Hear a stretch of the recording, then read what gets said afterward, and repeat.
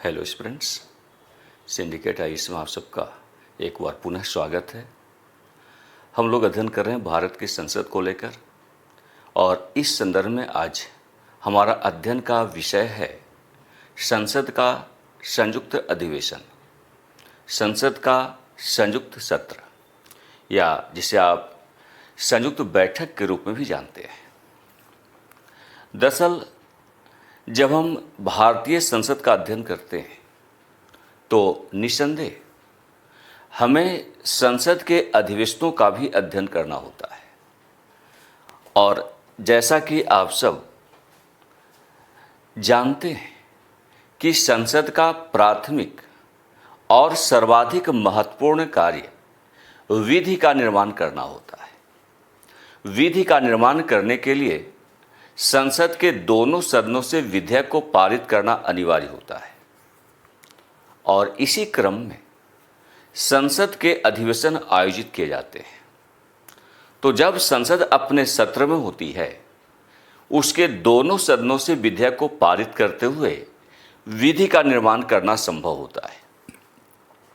इसके लिए सामान्य रूप से संसद का वर्ष में 3 बार सत्र बुलाए जाते हैं: वार्षिक सत्र, मॉनसून सत्र और शीतकालीन सत्र।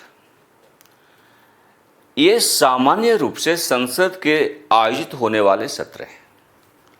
लेकिन कभी कभार क्या होता है कि विधि का निर्माण करने के संदर्भ में जब कोई विधेयक संसद में प्रस्तुत किया जाता है तो आमतौर पर विधेयक को दोनों सदनों से पारित होना चाहिए, तभी उस पर विधि का निर्माण हो सकता है।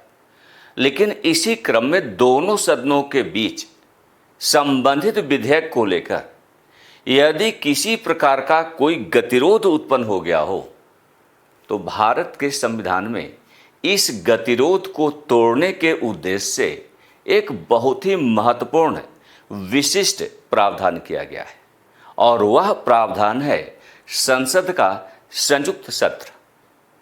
आज हम लोग इसी विशिष्ट प्रावधान का अध्ययन करेंगे। संसद के संयुक्त सत्र को लेकर आज हमारा अध्ययन आपके समक्ष हो रहा है। समझने का हम लोग प्रयास करेंगे कि संसद का संयुक्त सत्र कब आयोजित होता है, वे कौन सी परिस्थितियां होती है जिसके आधार पर संयुक्त बैठक का आयोजन करना अनिवार्य हो जाता है। तो आइए समझने का प्रयास करते हैं कि संसद का संयुक्त सत्र क्या होता है, और उन परिस्थितियों का भी हम लोग अवलोकन करेंगे जिसके आधार पर संयुक्त बैठक का आयोजन करना संभव बनता है। थोड़ी सी अगर पृष्ठभूमि के बारे में देखें तो भारत के संविधान में जिस संयुक्त बैठक संबंधी प्रावधान का निर्धारण किया गया है उसकी पृष्ठभूमि 1935 का भारत शासन अधिनियम रहा है। भारत शासन अधिनियम 1935 में यह निर्धारित किया गया था कि संसद के दोनों सदनों का संयुक्त बैठक आयोजित की जा सकती है जब किसी विशेष विधेयक पर विधि का निर्माण करना हो। हालांकि भारत के वर्तमान संविधान में संसद के संयुक्त सत्र को लेकर जो प्रावधान निर्धारित किए गए हैं वे ऑस्ट्रेलिया के संविधान से लिए गए हैं।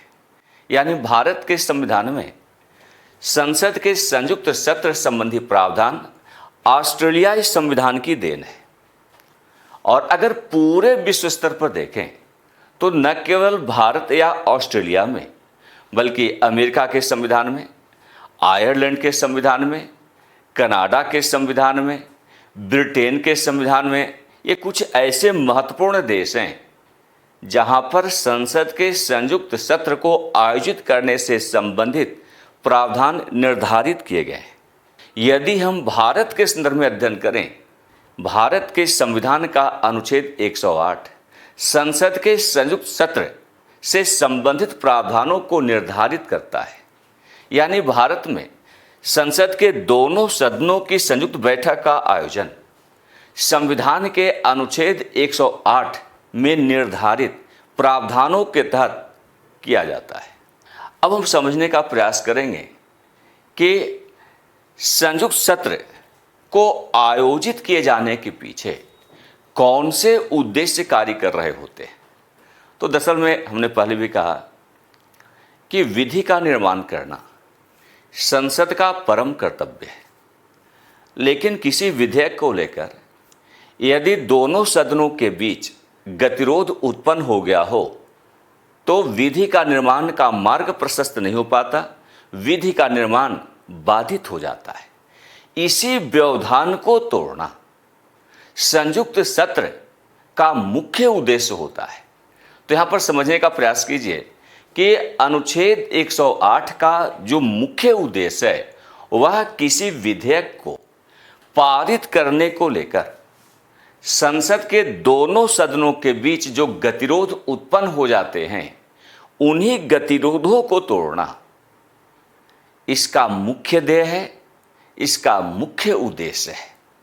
तो भारत का संविधान दरअसल में यह सुनिश्चित करता है कि दोनों सदनों के बीच गतिरोध उत्पन्न होने की स्थिति में या कोई टकराव उत्पन्न हो गया हो या दोनों सदनों के बीच असहमति व्याप्त हो गई हो तो इस डेडलॉक को संयुक्त सत्र की मदद से तोड़ा जा सकता है। तो इस वजह से संसद के दोनों सदनों की संयुक्त बैठक आयोजित की जाती है। दरअसल में भारत के संविधान के अनुच्छेद 108 का साफ तौर पर निर्देश है कि किसी ठोस कानून को पारित करने के लिए संसद के दोनों सदनों के बीच सामंजस्य की स्थापना होनी चाहिए। तो संसद के दोनों सदनों के बीच यदि सामंजस्य स्थापित है तो विधि का निर्माण सरलतापूर्वक संभव होता है। लेकिन यदि सामंजस्य ही नहीं हो दोनों सदनों के बीच तो विधि के निर्माण में व्यवधान उत्पन्न हो सकते हैं। कहने का आशय कि संविधान का अनुच्छेद 108 यह निर्देशित करता है कि संसद के दोनों सदनों के बीच सामंजस्य को स्थापित किया जाए। इसी सामंजस्य को स्थापित करने के उद्देश्य से भी दोनों सदनों की संयुक्त बैठक आयोजित की जाती है। और अब हम समझने का प्रयास करेंगे कि संयुक्त सत्र की आवश्यकता क्यों पड़ती है। तो दरअसल में संयुक्त सत्र इसलिए आवश्यक होता है क्योंकि भारत की जो संसद है वह द्विसदनात्मक है। किसी भी प्रकार की विधि का निर्माण करने के लिए विधेयक को संसद के इन दोनों ही सदनों के द्वारा पारित किया जाना अनिवार्य किया गया है। अब ऐसे में अगर आप देखें तो संसद के दोनों सदन यानी उच्च सदन के रूप में राज्यसभा और निम्न सदन के रूप में लोकसभा के बीच यदि सामंजस्य है तो निसंदेह विधि का निर्माण संभव होता है। परंतु यदि किसी विधेयक को लेकर इन दोनों ही सदनों के बीच, कहने का हमारा आशय कि राज्यसभा और लोकसभा दोनों के बीच कोई गतिरोध उत्पन्न हो गया हो तो इस गतिरोध के उत्पन्न होने की वजह से क्या होता है कि संसद के दोनों सदनों के बीच सहमति का अभाव हो जाता है। और जब तक सहमति की स्थापना नहीं होगी दोनों ही सदन विधेयक को पारित करने में सक्षम नहीं होते। तो दोनों सदनों के बीच सहमति को स्थापित करने के लिए संयुक्त सत्र की आवश्यकता पड़ती है। और जैसा कि विधि निर्माण की अगर संपूर्ण प्रक्रिया का आप अवलोकन करते हैं तो संसद के इन दोनों सदनों के द्वारा विधेयक को पारित किया जाता है। तत्पश्चात विधेयक राष्ट्रपति के पास जाता है। राष्ट्रपति उस पर अपनी अंतिम सहमति कर विधि का निर्माण करते हैं। यानी जो विधेयक है उस संसद के दोनों सदनों से पारित होना चाहिए। पारित होने के बाद जब राष्ट्रपति उस पर अपना अंतिम हस्ताक्षर कर देते हैं, अपनी अंतिम सहमति प्रदान कर देते हैं तो यह विधेयक अधिनियम कहलाता है। यह विधेयक अधिनियम के रूप में परिवर्तित हो जाता है जिसे क्रियान्वित करना संभव होता है। इसी को हम विधि कहते हैं। तो हमारा आशय है कि संविधान के जो प्रावधान है उसके आधार पर विधि का निर्माण करने में दोनों सदनों की महत्वपूर्ण भूमिका होती है। परंतु यदि इन सदनों के बीच गतिरोध उत्पन्न हो जाए तो विधि का निर्माण का मार्ग अवरुद्ध हो जाता है। हमारे विद्वान संविधान निर्माताओं ने उस समय इस बात का आकलन कर लिया था कि भविष्य में ऐसी परिस्थिति उत्पन्न हो सकती है कि किसी विधेयक को पारित करने को लेकर संसद के दोनों सदनों के बीच गतिरोध उत्पन्न हो जाएगा। इसी गतिरोध को तोड़ने के लिए, इसी डेडलॉक को तोड़ने के लिए संविधान में अनुच्छेद 108 के तहत संसद के संयुक्त सत्र संबंधी प्रावधान निर्धारित किए गए हैं। तो हम कहने का आशय है कि संविधान सभा के जो विद्वान सदस्य हैं, उन्होंने उस जमाने में भी बहुत आगे के बारे में सोच लिया था कि ऐसा हो सकता है कि भविष्य में किसी विधेयक को लेकर दोनों सदनों के बीच कोई गतिरोध उत्पन्न हो जाए, और इसी गतिरोध को तोड़ने के लिए संविधान संसद के दोनों सदनों की संयुक्त बैठक का प्रावधान करता है। तो यहाँ पर संयुक्त बैठक का जो आयोजन होता है वो संविधान के आधार पर होता है, संवैधानिक प्रावधानों के आधार पर ऐसा करना संभव होता है। तो इस वजह से संसद का संयुक्त सत्र आयोजित किया जाता है। तो क्या ध्यान रखना होगा कि दोनों सदनों के बीच जो गतिरोध उत्पन्न हो जाते हैं, उसी गतिरोध को तोड़ने के लिए संयुक्त सत्र की घोषणा की जाती है, संयुक्त सत्र का आयोजन किया जाता है। अब हम लोग समझने का प्रयास करेंगे कि संसद के संयुक्त सत्र को लेकर हमारा संविधान क्या कहता है। संविधान में कौन से प्रावधान निर्धारित किए गए हैं जिसके आधार पर दोनों सदनों की संयुक्त बैठक आयोजित की जाती है। तो जैसा कि इसके पहले भी मैं बार बार चर्चा कर रहा हूं कि इस संदर्भ में अनुच्छेद 108 में प्रावधान निर्धारित किए गए हैं, और इसी अनुच्छेद 108 के प्रावधानों के आधार पर संयुक्त बैठक का आयोजन करना संभव होता है। तो संयुक्त बैठक के आयोजन को लेकर जो संवैधानिक प्रावधान हैं वे अनुच्छेद 108 में निर्धारित किए गए। लेकिन अनुच्छेद 108 से संबंधित प्रावधान केवल ऐसे विषय में है जब किसी विधेयक को पारित करने को लेकर दोनों सदनों के बीच गतिरोध उत्पन्न हुआ हो। उस गतिरोध को समाप्त करने के लिए संयुक्त सत्र का आयोजन करने संबंधी प्रावधान अनुच्छेद 108 में निर्धारित किए गए हैं। इसके बावजूद संविधान का अनुच्छेद 87 यह प्रावधान करता है कि कुछ एक ऐसे अवसर होते हैं जब संसद की संयुक्त बैठक का आयोजन किया जाता है और उस बैठक को राष्ट्रपति संबोधित करते हैं संयुक्त रूप से। तो ऐसा यहाँ पर समझिएगा कि संविधान का अनुच्छेद 108 के साथ साथ अनुच्छेद 87 भी संयुक्त बैठक से संबंधित प्रावधान को निर्धारित करता है। तो अनुच्छेद 87 में, अनुच्छेद 87 में स्पष्ट किया गया है कि दो ऐसे अवसर उपलब्ध होते हैं, दो ऐसे मौके उपलब्ध होते हैं जब राष्ट्रपति विशेष रूप से दोनों सदनों की संयुक्त बैठक को संबोधित करता है। कब? पहली बार तब जब लोकसभा के लिए आम चुनाव आयोजित किए गए हों, चुनाव परिणामों के पश्चात नई लोकसभा का गठन किया गया हो। तो नई लोकसभा के गठन के उपरांत जब उसकी प्रथम बैठक आयोजित की जाती है, तब राज्यसभा और लोकसभा की संयुक्त बैठक आयोजित होती है और उस बैठक को भारत का राष्ट्रपति संबोधित करता है। ये पहली घटना होती है। और एक दूसरी घटना होती है कि संसद के अधिवेशन वर्ष में 3 बार आयोजित होते हैं। वार्षिक बैठक, मानसून कालीन बैठक और शीतकालीन बैठक। वार्षिक बैठक जो बजट सत्र रूप में भी जाना जाता है, उस बजट सत्र को यानी वार्षिक अधिवेशन को, संसद के वार्षिक अधिवेशन को राष्ट्रपति, राज्यसभा और लोकसभा दोनों की समवेत बैठक को संबोधित करता है। तो इस दौरान भी प्रत्येक वर्ष बजट सत्र के दौरान राज्यसभा और लोकसभा की संयुक्त बैठक आयोजित की जाती है और उस बैठक को राष्ट्रपति संबोधित करता है। इसके अतिरिक्त एक और अवसर होता है जब संसद के दोनों सदनों की संयुक्त बैठक आहूत की जाती है।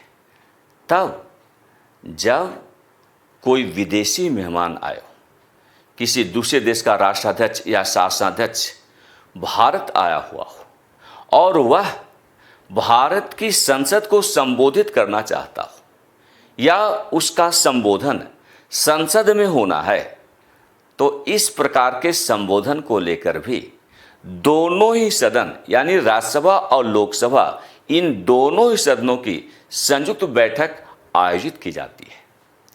तो यह भी एक घटनाक्रम है। संयुक्त बैठक का आयोजन जो है विदेशी मेहमानों के अभिभाषण के अवसर पर भी आयोजित किया जाता है संयुक्त रूप से। एक और अवसर होता है जब किसी विशिष्ट व्यवस्था का क्रियान्वयन आरंभ किया जाना हो, तो इसको लेकर भी संयुक्त अधिवेशन बुलाए सकते हैं। कोई बड़ा राष्ट्रीय महोत्सव का आयोजन करना हो या कोई बहुत बड़ी राष्ट्रीय घटनाक्रम हो, इस अवसर पर भी दोनों सदनों की संयुक्त बैठक आहूत की जा सकती है। अभी हाल फिलहाल में आपने देखा होगा 1 जुलाई 2017 को जीएसटी को, गुड्स एंड सर्विस टैक्स, जो कि भारत में बहुत बड़ा ऐतिहासिक कर सुधार से संबंधित एक नई व्यवस्था को लागू किया जा रहा था जीएसटी के रूप में। उस जीएसटी को लागू करने के लिए संसद के दोनों सदनों की संयुक्त बैठक का आयोजन किया गया था। वह समय था 30 जून की मध्यरात्रि और बल्कि आप कह सकते हैं 30 जून और 1 जुलाई के प्रारंभ का जो कालखंड रात्रि 12 बजे, जब तिथि बदल रही थी, यानी 30 जून समाप्त हो रहा था, 1 जुलाई 2017 प्रारंभ हो रहा था। उसी क्षण में, उसी क्षण को ऐतिहासिक बनाने के लिए, क्योंकि ऐतिहासिक कर सुधार है जीएसटी को लागू करने के लिए राज्यसभा और लोकसभा की संयुक्त बैठक आहूत की गई थी। तो ऐसे अवसर पर भी दोनों सदनों की संयुक्त बैठक बुलाई जा सकती है। अब हम समझने का प्रयास करेंगे कि संसद के दोनों सदनों के बीच किसी विधेयक को लेकर जो गतिरोध उत्पन्न होता है, गतिरोध उत्पन्न होने की परिस्थितियां कौन सी होती है, वे कौन सी परिस्थितियां होती है जिसे लेकर दोनों सदनों के बीच गतिरोध उत्पन्न हो जाता है, इसे थोड़ा समझिएगा। तो कहने का आशय है कि संसद के दोनों सदनों की संयुक्त बैठक केवल तब आयोजित की जाती है जब यदि कोई विधेयक, कैसा विधेयक होगा, साधारण विधेयक होगा, जब कोई विधेयक एक सदन द्वारा पारित होने के बाद, एक सदन ने विधेयक को पारित कर दिया और दूसरे सदन में उसे प्रेषित किया गया है, दूसरे सदन में उसे प्रस्तुत किया गया है। तो इस संदर्भ में देखिए कि दूसरा वाला सदन इस विधेयक को अस्वीकार कर दिया हो। एक सदन ने विधेयक को पारित कर दिया, दूसरे सदन में विधेयक को प्रस्तुत किया गया। पहली घटनाक्रम है कि दूसरा वाला सदन उस विधेयक को अस्वीकार कर देता हो या कर दिया हो, या फिर दूसरे सदन द्वारा विधेयक में कोई संशोधन किया गया हो जिससे पहला वाला सदन सहमत नहीं हो। फिर समझिएगा, विधेयक को एक सदन ने पारित कर दिया, दूसरे सदन में प्रस्तुत किया गया। पहली परिस्थिति हो सकती है कि दूसरा वाला सदन पहले सदन द्वारा पारित विधेयक को पारित करने से मना कर दे, क्योंकि जब तक दोनों सदन विधेयक को पारित नहीं करेंगे विधि का निर्माण नहीं हो सकता। पहली घटना क्या हो रही है कि सदन ने, दूसरे वाले सदन ने विधेयक को पारित करने से मना कर दिया, या फिर दूसरे वाले सदन ने विधेयक में कोई संशोधन कर डाला हो जिससे पहले वाला सदन सहमत नहीं हो, ऐसा भी हो सकता है। तो पहला सदन सहमत नहीं है और कहने का आशय है कि इस संशोधन को लेकर दोनों सदनों के बीच आम सहमति नहीं बन पा रही हो। अंतिम रूप से आम सहमति बनाने के प्रयास किए गए, लेकिन अंतिम रूप से दोनों सदनों के बीच आम सहमति का अभाव हो गया, आम सहमति नहीं बन पाई हो, यानी दोनों सदनों के बीच गतिरोध उत्पन्न हो गया हो। यह परिस्थिति हो सकती है। एक तीसरी परिस्थिति हो सकती है कि एक सदन ने विधेयक पारित कर दूसरे वाले सदन को प्रस्तुत कर दिया, दूसरा वाला सदन विधेयक के प्रस्तुत किए जाने की तिथि से 6 माह से अधिक समय से लंबित कर रखा हो। यानी पहले सदन ने विधेयक को पारित कर दूसरे सदन में प्रस्तुत किया है, दूसरे वाले सदन में 6 माह से अधिक विधेयक लंबित हो गया हो, तो ये मान लिया जाता है कि दोनों सदनों के बीच गतिरोध उत्पन्न हो गया हो संबंधित विधेयक को लेकर। तो ऐसे में राष्ट्रपति संयुक्त बैठक की घोषणा कर सकते हैं, संयुक्त बैठक का आह्वान कर सकते हैं, जब तक कि लोकसभा के विघटन के कारण वह विधेयक समाप्त नहीं हुआ हो। जैसे में होता क्या है कि किसी विधेयक को पारित कर दूसरे सदन में भेजा गया, दूसरे वाले सदन ने विधेयक को लंबित कर दिया। अब लंबित होने के बाद दो परिस्थितियां हो सकता है कि उस समय लोकसभा भंग हो गई हो तो विधेयक स्वतः समाप्त हो जाएगा, लैप्स कर जाएगा।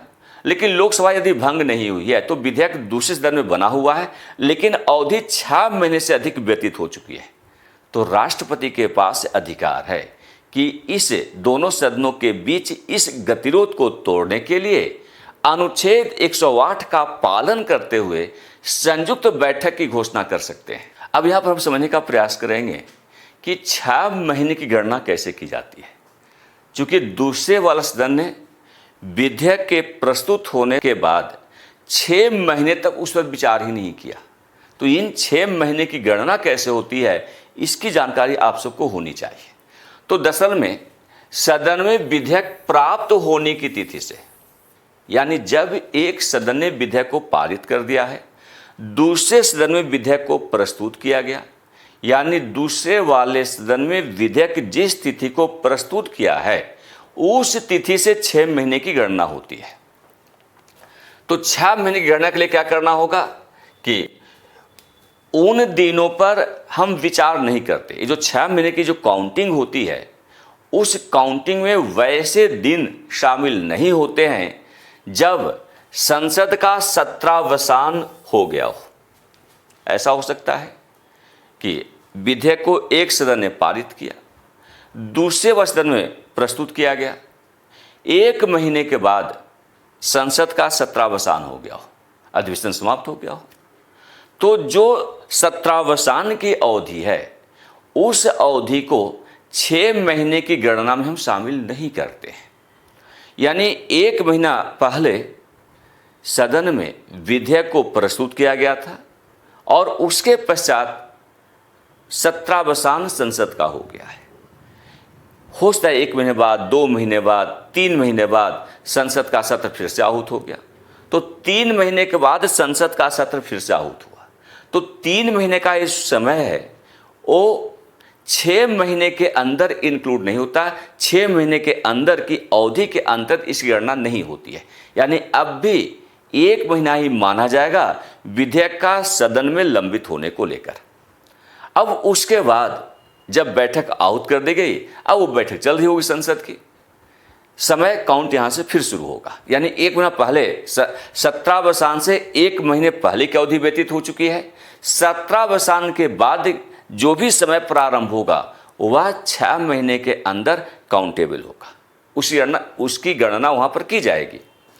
दूसरी स्थिति होती है कि संसद की बैठकें यदि लगातार 4 दिनों से अधिक समय के लिए स्थगित हो गई हो, निलंबित कर दी गई हो, तो वह निलंबन की अवधि वाला समय भी 6 महीने के अंदर काउंट नहीं की जाती है। तो ये 2 स्थितियां होती है जो किसी विधेयक के लंबित होने से संबंधित 6 महीने के अंदर इन तिथियों की गणना नहीं की जाती है। पहली परिस्थिति क्या है कि जब संसद का सत्रावसान हो गया हो, यानी जितने दिनों तक संसद का सत्र आहूत नहीं किया जा रहा हो, 1 महीने, 2 महीने, 3 महीने, 4 महीने, मैक्सिमम 6 महीने तक ऐसा हो सकता है, तो जो सत्रावसान की अवधि है वह विधेयक के लंबित होने से संबंधित 6 महीने के अंदर गणना योग्य नहीं होती है। और दूसरा कि संसद का सत्र चल रहा हो, किसी कारणवश संसद का सत्र 4 दिन या उससे अधिक निलंबित हो जा रहे हो, तो 4 दिन या उससे निलंबित होने की अवधि जो है वह भी 6 महीने, विधेयक के 6 महीने से विलंबित होने वाली अवधि में गणना योग्य नहीं होती है, उसकी गणना वहां पर भी नहीं की जाती है। अब हम लोग ये समझने का प्रयास करेंगे कि जब संसद के संयुक्त सत्र की घोषणा कर दी गई हो, संयुक्त बैठक बुला ली गई हो, तो उस बैठक की अध्यक्षता का दायित्व किस अधिकारी के द्वारा निर्वहित की जाएगी। और अक्सर यूपीएससी में यहां से प्रश्न पूछे भी जाते हैं, तो ध्यान दीजिएगा कि संसद के संयुक्त अधिवेशन की घोषणा का अधिकार केवल और केवल भारत के राष्ट्रपति के पास है। राष्ट्रपति के अतिरिक्त कोई अन्य अधिकारी दोनों सदनों की संयुक्त बैठक को आहूत करने का अधिकार नहीं रखता है। यहां तक कि लोकसभा अध्यक्ष भी या राज्यसभा का सभापति भी दोनों सदनों की संयुक्त बैठक को आहूत करने की शक्ति नहीं रखते हैं। तो संयुक्त सत्र का आयोजन केवल भारत के राष्ट्रपति के द्वारा ही किया जा सकता है। अब बड़ा प्रश्न है कि यदि दोनों सदनों की संयुक्त सत्र आहूत कर ली गई हो तो उसकी बैठक की अध्यक्षता कौन करेगा। तो इसमें ध्यान रखिएगा, सबसे पहला अधिकार लोकसभा अध्यक्ष के पास है। संसद के दोनों सदनों की संयुक्त बैठक की अध्यक्षता लोकसभा अध्यक्ष के द्वारा की जाती है, और यदि लोकसभा का अध्यक्ष उपलब्ध नहीं हो तो इस प्रकार की बैठक की अध्यक्षता का दायित्व लोकसभा उपाध्यक्ष के पास होती है। एक क्रम ध्यान में रखिएगा, यहां पर पहले क्रम पर लोकसभा का अध्यक्ष, और यदि लोकसभा का अध्यक्ष उपलब्ध नहीं है या अनुपस्थित चल रहा हो तो ऐसी अवस्था में दोनों सदनों की संयुक्त बैठक की अध्यक्षता लोकसभा उपाध्यक्ष के द्वारा की जाएगी। तो यहां पर लोकसभा उपाध्यक्ष दूसरे नंबर पे है, और सपोज दैट लोकसभा का उपाध्यक्ष भी अनुपस्थित चल रहा हो, तो ऐसे में दोनों सदनों की संयुक्त बैठक की अध्यक्षता राज्यसभा के उपसभापति के द्वारा की जाती है। तो राज्यसभा का जो उपसभापति है वह इस प्रकार की बैठक की अध्यक्षता करेगा, और हो सकता है कि उस दौरान लोकसभा का अध्यक्ष, लोकसभा का उपाध्यक्ष और राज्यसभा के उपसभापति, ये सारे के सारे पदाधिकारी अनुपस्थित चल रहे हो, ऐसी कल्पना की जा सकती है। और हमारे संविधान निर्माताओं ने इस कल्पना को किया भी था, जिसके आधार पर यह निर्धारित कर दिया गया है कि यदि ऐसी स्थिति उत्पन्न हो गई हो जब संयुक्त बैठक के आयोजन के दौरान लोकसभा का अध्यक्ष, लोकसभा का उपाध्यक्ष और राज्यसभा का उपसभापति में से कोई भी उपलब्ध नहीं है, सब के सब अनुपस्थित चल रहे हों, तो ऐसे में संबंधित बैठक की अध्यक्षता दोनों सदनों की सहमति के आधार पर किसी वरिष्ठ सदस्य के द्वारा की जाएगी। तो दोनों सदन क्या करेंगे कि अनुमति प्रदान करेंगे किसी एक सदस्य को लेकर जो उस बैठक की अध्यक्षता का निर्वहन करेगा। तो किसी को भी दोनों सदनों की सहमति के आधार पर दोनों सदनों में से किसी भी सदस्य को पीठासीन किया जा सकता है।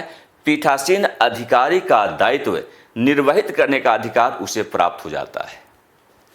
तो दोनों सदनों की अनुमति से तय किया जाएगा कि बैठक की अध्यक्षता कौन करेगा। अब अध्यक्षता पर कुछ प्रतिबंध भी हैं। क्या प्रतिबंध है कि राज्यसभा का सभापति, जो कि पदेन प्रकार का होता है, और भारत का उपराष्ट्रपति ही राज्यसभा का पदेन सभापति होता है, तो यह प्रतिबंध अधिरोपित किए गए यानी जब संसद के संयुक्त बैठक का आयोजन किया गया हो तो राज्यसभा का सभापति संयुक्त रूप से इस बैठक की अध्यक्षता का दायित्व का पालन नहीं करेगा, उसे प्रतिबंधित किया गया है। यानी जब लोकसभा और राज्यसभा दोनों की संयुक्त बैठक आहूत की गई हो, इस बैठक की अध्यक्षता राज्यसभा के सभापति के द्वारा नहीं की जाएगी, वो पूरी तरह से प्रतिबंधित है। और ऐसा इसलिए क्योंकि वह न केवल राज्यसभा का सभापति है बल्कि वह भारत का उपराष्ट्रपति भी है। तो इस वजह से उसे इस प्रकार के अधिकार से वंचित रखा गया है। अब हम यहाँ पर समझने का प्रयास करेंगे कि संयुक्त सत्र के लिए जब बैठक का आयोजन होता है तो बैठक के लिए क्या कोरम की आवश्यकता होती है। यानी जब संसद के दोनों सदनों की संयुक्त सत्र या संयुक्त बैठक आहूत की गई हो तो बैठक को आयोजित करने के लिए कोरम का होना जरूरी होता है, और वह कोरम क्या है यह जानना भी जरूरी है। तो कोरम का जो सामान्य अर्थ है कि सदन की बैठक आरंभ करने के लिए भाग लेने वाले सदस्यों की आवश्यक न्यूनतम संख्या का उपलब्ध होना।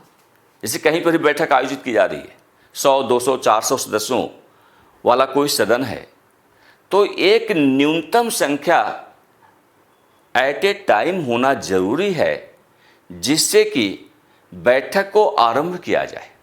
तो संसद में भी यह निर्धारित किया गया है, लोकसभा की बैठक आरंभ हो रही हो तो लोकसभा के सदस्यों की कुल संख्या का 10% जब तक सदस्य एक समय उपलब्ध नहीं है तब तक लोकसभा की बैठक आयोजित नहीं की जा सकती।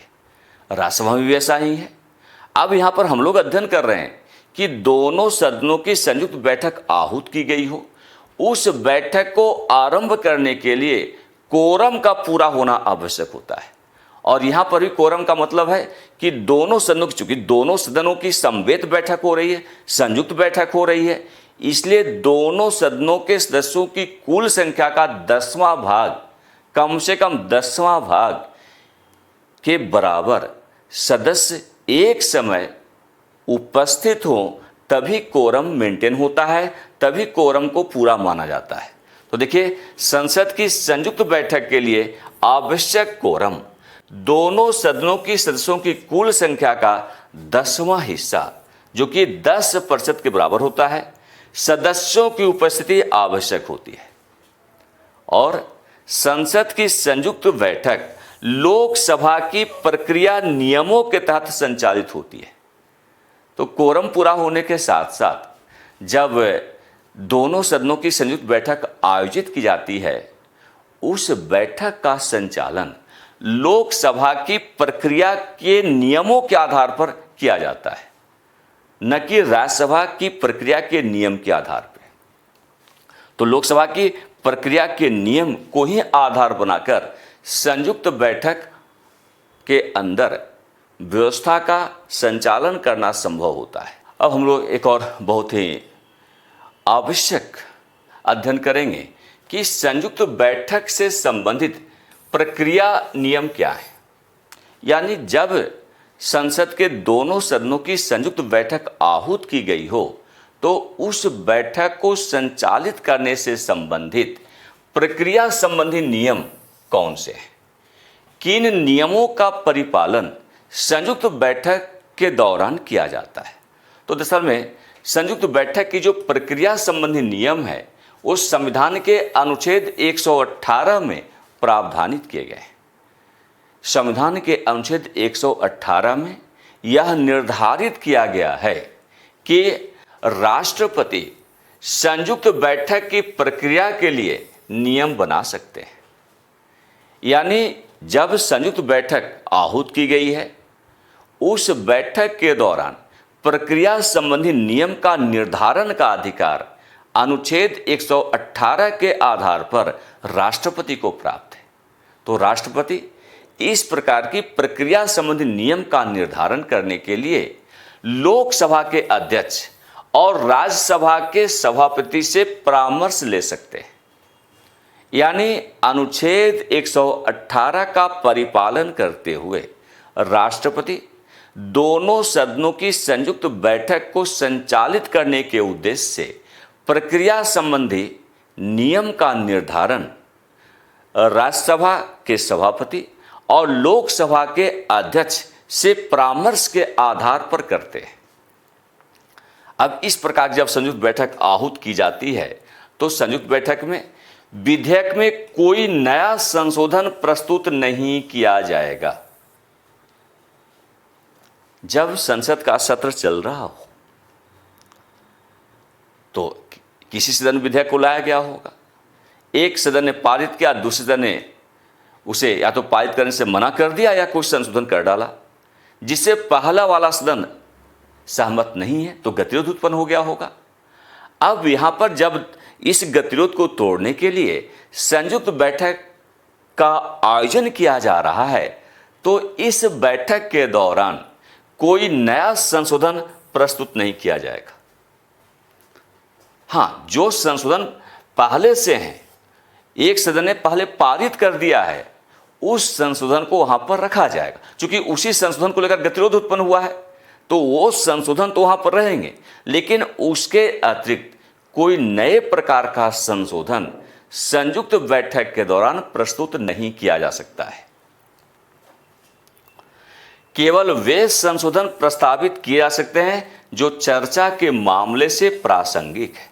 अगर लगता है कि जो विधेयक प्रस्तुत किया गया उसको लेकर जब चर्चा का आयोजन किया जा रहा है तो वहां पर लगता है कि कोई ऐसा संशोधन जो बहुत प्रासंगिक है, तो ऐसे संशोधन को दोनों सदनों की सहमति से लाया जा सकता है। संशोधनों की स्वीकार्यता के संबंध में पीठासीन अधिकारी का निर्णय ही अंतिम होगा। यानी जो संशोधन प्रस्तुत किए जा रहे हैं, पीठासीन अधिकारी यदि सहमत है तो संशोधन मान्य होगा। जब तक पीठासीन अधिकारी ऐसे संशोधन से सहमति प्रदान नहीं करते हैं, संशोधन मान्य नहीं होंगे। संयुक्त सत्र में विधेयक को साधारण बहुमत से पारित किया जाता है। जब दोनों सदनों की संयुक्त बैठक आयोजित की जाती है तो इस दौरान विधेयक को साधारण बहुमत से पारित किया जाता है दोनों सदनों की संयुक्त बैठक के संदर्भ में। तो जब दोनों सदन समवेत रूप से किसी विधेयक को लेकर गतिरोध को तोड़ने के लिए बैठक में सम्मिलित होते हैं तो दोनों सदनों के सदस्यों की कुल संख्या के साधारण बहुमत से ही ऐसे विधेयक को पारित करना संभव होता है। और वैसे ही विधेयक के साधारण प्रकार का है तभी गतिरोध उत्पन्न हुआ होगा। और साधारण विधेयक को संसद के दोनों सदनों द्वारा अलग अलग साधारण बहुमत से पारित किया जाता है। केवल गतिरोध उत्पन्न होने पर ही संयुक्त सत्र का आयोजन किया गया है।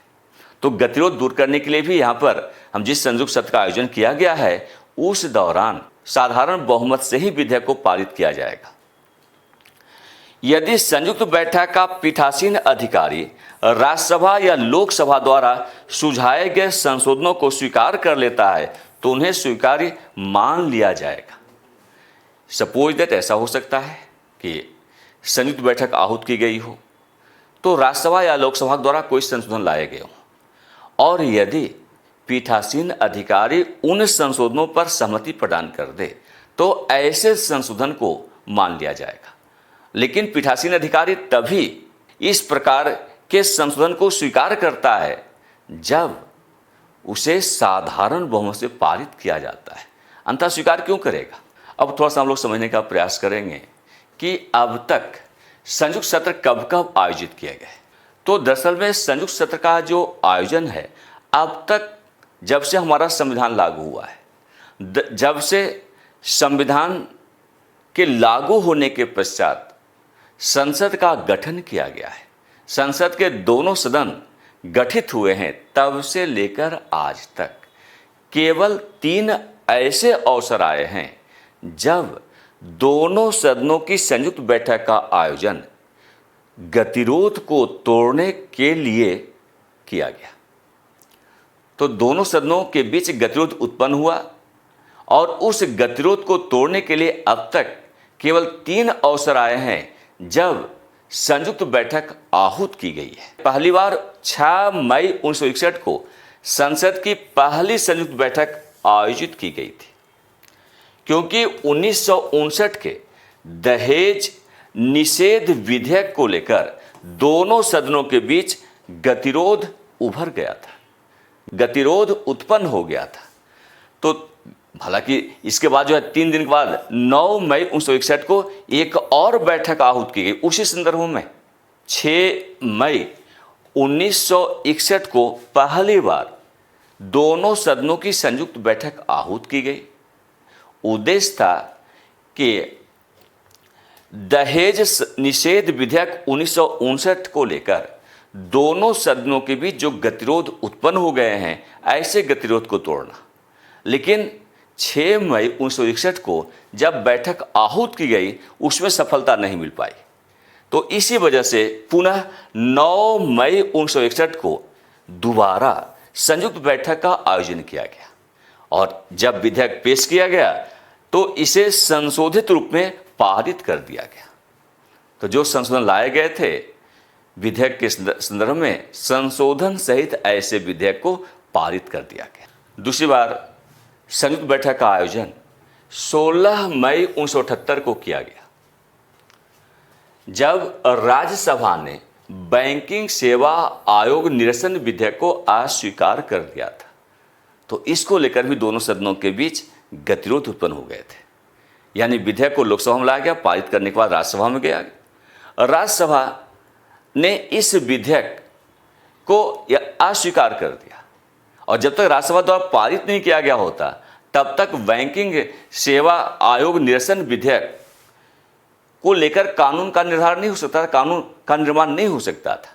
तो इसी डेडलॉक को तोड़ने के लिए 16 मई 1978 को दूसरी बार संयुक्त बैठक आहूत की गई और तीसरी बार बहुत ही महत्वपूर्ण है, 26 मार्च 2002 को अटल बिहारी वाजपेयी इस समय भारत के प्रधानमंत्री थे।